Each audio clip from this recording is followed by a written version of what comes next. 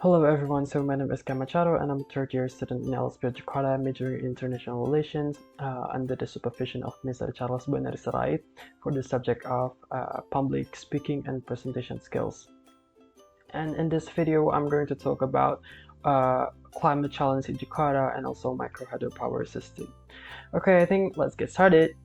Over the course of millions of a long time, the worldwide has experienced various events since the starting of industrialization, be that as it may, the composition of the air has changed as a result of greenhouse gas outflows.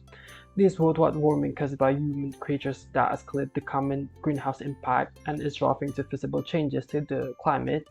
And this worldwide warming, moreover, includes a critical impact on individuals and nature.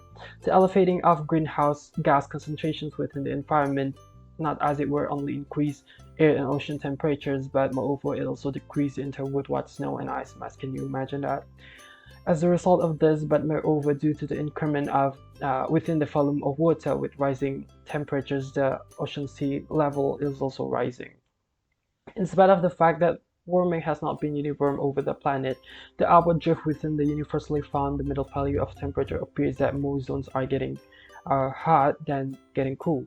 And according to NOAA's 2020 yearly climate report, the combined land and sea temperature has expanded at a normal rate of 0.13 degrees Fahrenheit per decade since 1880.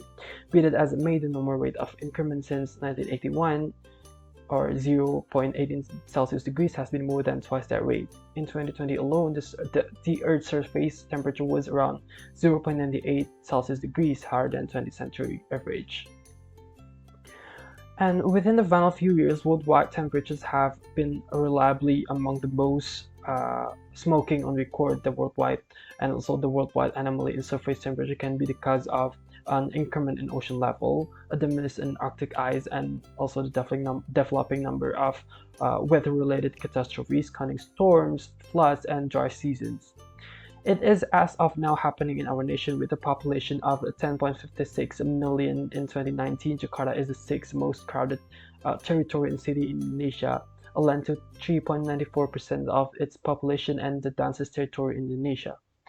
A sub-city, North Jakarta, has sunk 2.5 meters in 10 years and is proceeding to sink by as much as 25 centimeters a year in a few parts, which is more than twofold the worldwide normal for coastal megacities. And Jakarta alone is sinking by a normal rate of 1 until 15 centimeters a year, and nearly half the city presently sits underneath the sea level. In addition to that, Jakarta has a few times been positioned and ranked as the city with the most excitingly bad air contamination within the world, according to air quality observing companies, outperforming famously polluted cities like Shanghai. What a shame. We know it is happening, and one of the reasons why it is happening is the carbon contamination from fossil fuels is heating up our planet and tossing natural frameworks out of adjust.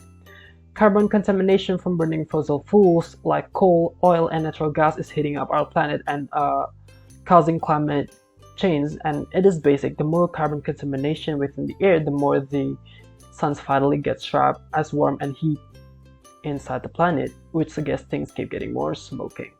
In the meantime, huge polluters like oil and coal companies are not going down without a battle.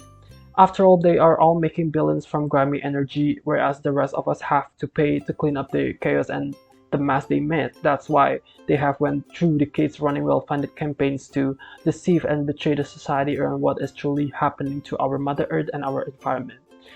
We know carbon contamination from fossil fuels is causing worldwide warming and disturbing our ecosystem and our planet, and we know what it is costing us. For example, more extraordinary climate calamities, expensive healthcare bills, and of course a questionable future for the children of tomorrow. Total as there were some, all whereas fossil fuel companies sink in bugs. So what can go right? For an archipelagic country as huge as Indonesia, found along the equator and on base of a ring of active volcanoes, you would not be off base in considering the country ended up one of the world's pioneers in renewable energy. Indonesia is favored with numerous energy choices, but the government's considered exertion to utilize conventional and domestic fuel sources, though with great eagerly is opposite to the worldwide technology-driven and energy trends in the last 5 years. Indonesia has numerous renewable and feasible fuel alternatives that may well be prioritized instead. For a current, sun-powered and wind are free and have no related cost, whereas in reality, Indonesia has the potential to create 788,000 megawatts of energy from renewable energy, such as wind, solar, tidal, and geothermal. This is of the more than 40 times the country's current power utilization. Gracias to lava, hot rocks, and hot water underneath surface, Indonesia has 40% of the world's geothermal stocks. The improvement of advance within the renewable aspect is permitting us to trust the boundaries of where we will consolidate and welcome renewable energy into our each-day lives. And whereas a few of these funds are, however, to demonstrate commercially reasonable, and it's an exciting time, I guess.